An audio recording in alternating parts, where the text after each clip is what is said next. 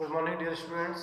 पिछले लेक्चर्स में हमने पढ़ा निर्देश और पुनरीक्षण से संबंधित प्रावधान।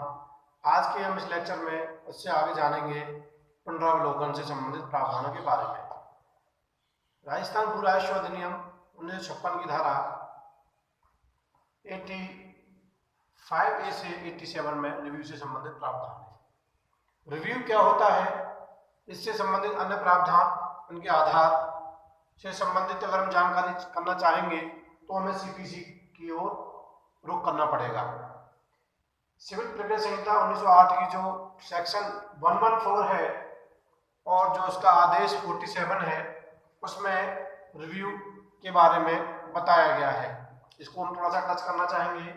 किसी भी ऐसे न्यायालय द्वारा जिसने कोई डिक्री, आदेश या निर्णय पारित किया है, इसमें विधि का, तथ्य का या प्रक्रिया का कोई गलती हो गई है या लोप हो रह गया है या त्रुटि रह गई है, तो इसको हम पुनर्विचार करेंगे और उसको दूर करेंगे। ये इसका रिव्यू का मतलब है। अगर हम रिव्यू से संबंधित और जाने तो रिव्यू अपनी ही बात का दोबारा से विचार करना। अगर कोई गलती हो गई है तो उसको भाई सुधार लेते हैं, अगर उसका फेरफार किया जा सकता है उसको फेरफार कर सकते हैं, ताकि जो पीड़ित पक्षकार है उसके साथ उचित न्याय हो सके। इसी को अगर हम धारा 85A से जोड़ते हैं तो राज्य सरकार द्वारा पुनरावलोकन शक्ति के बारे में, इसके बारे में प्रावधान किया गया है। राज्य सरकार या तो स्वमोटो अपनी प्रेरणा से या किसी पीड़ित पक्षकार के जो आवेदन है उसके पर इस अधिनियम द्वारा पारित किसी भी आदेश का पुनर्विचार कर सकेगी जो राज्य सरकार द्वारा पारित किया गया है। यदि उसको लगता है तो उस आदेश का विखंडन कर सकेगी, परिवर्तित कर सकेगी या उसको पुष्टि कर सकेगी। धारा 85A में स्पष्ट कहा गया है कि राज्य सरकार द्वारा पुनरावलोकन, राज्य सरकार स्वप्रेरणा से या किसी पक्षकार के आवेदन पत्र पर इस अधिनियम द्वारा अपने पारित किसी भी आदेश का पुनरावलोकन कर सकेगी और विखंडित, परिवर्तित, पुष्ट कर सकेगी। आगे जब हम धारा 86 की बात करते हैं तो बोर्ड, जो रेवेन्यू बोर्ड है और अन्य राजस्व न्यायालय हैं, उनके बारे में जो पुनरावलोकन शक्तियां बताई गई हैं। 85 में एक बोर्ड में कहा गया है कि बोर्ड स्वप्रेरणा से या पीड़ित पक्षकार के आवेदन पत्र पर स्वयं द्वारा पारित निर्णय या सदस्यों द्वारा पारित निर्णय का पुनरावलोकन कर सकेगा, क्योंकि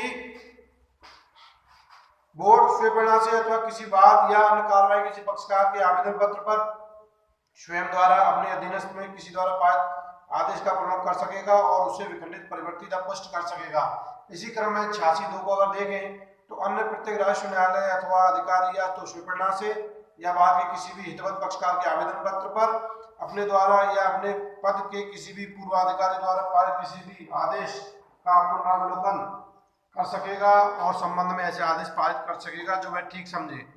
लेकिन किसी भी आदेश में तब तक फेरफार नहीं किया जाएगा या बदला नहीं जाएगा जब तक कि हितवत पक्षकारों को नोटिस नहीं दे दिया जाता। नंबर 2, ऐसा कोई भी आदेश जिसकी अपील की गई है या किसी पुनरीक्षण कार्रवाई का विषय है तब तक पुनरावलोकन नहीं किया जाएगा जब तक कि ऐसी अपील और कार्रवाई लंबित है। नंबर 3, प्राइवेट व्यक्तियों के बीच अधिकार के किसी प्रश्न को प्रभावित करने वाला कोई भी आदेश कार्रवाइयों के किसी पक्षकार के आवेदन पत्र के बिना पुनरावलोकित नहीं किया जाएगा और ऐसा आदेश के पुनरावलोकन के लिए कोई भी आवेदन पत्र तब तक ग्रहण नहीं किया जाएगा जब तक कि ऐसा आवेदन पत्र उस आदेश के पारित होने के 90 दिनों के भीतर प्रस्तुत नहीं कर दिया जाता।